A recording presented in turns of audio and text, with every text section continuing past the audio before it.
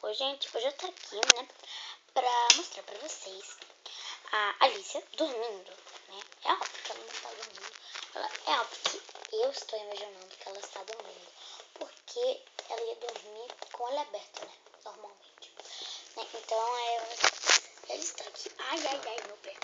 Ela está aqui com uma manta em cima dela. Um macacão. Essa manta aqui.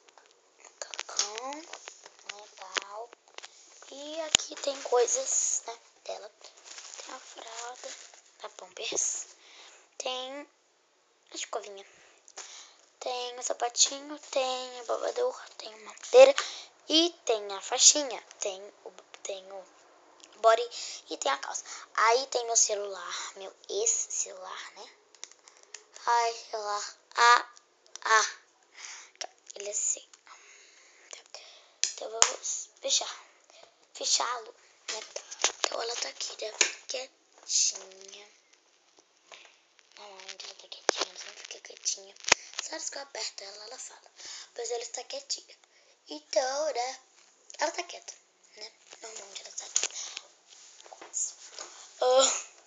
Quase acontece a tragédia dela cair. Então aí, é isso. Eu queria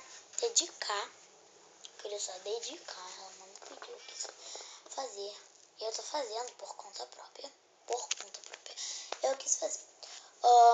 Então, Maria Clara, Maria's Reborn, né? Eu queria muito, mas muito que você me pedisse algum vídeo. Pode ser qualquer um, mas eu queria que você, né, pedisse algum vídeo. Gente, desculpa, tá?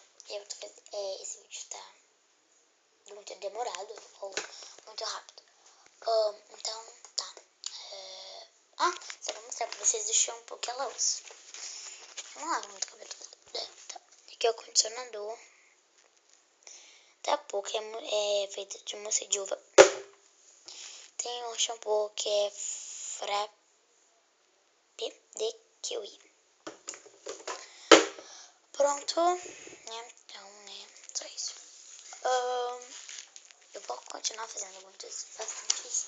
Eu não tô fazendo muitos vídeos porque é semana de prova, né? Então aí eu tenho que estudar e então eu não faço mais vídeos pra quem me segue.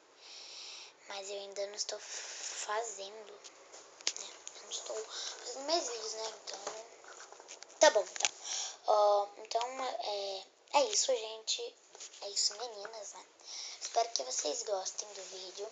Maria's Reborn, um beijo pra você. Eu queria muito que você me pedisse algum vídeo que eu fazia na hora pra você, tá bom?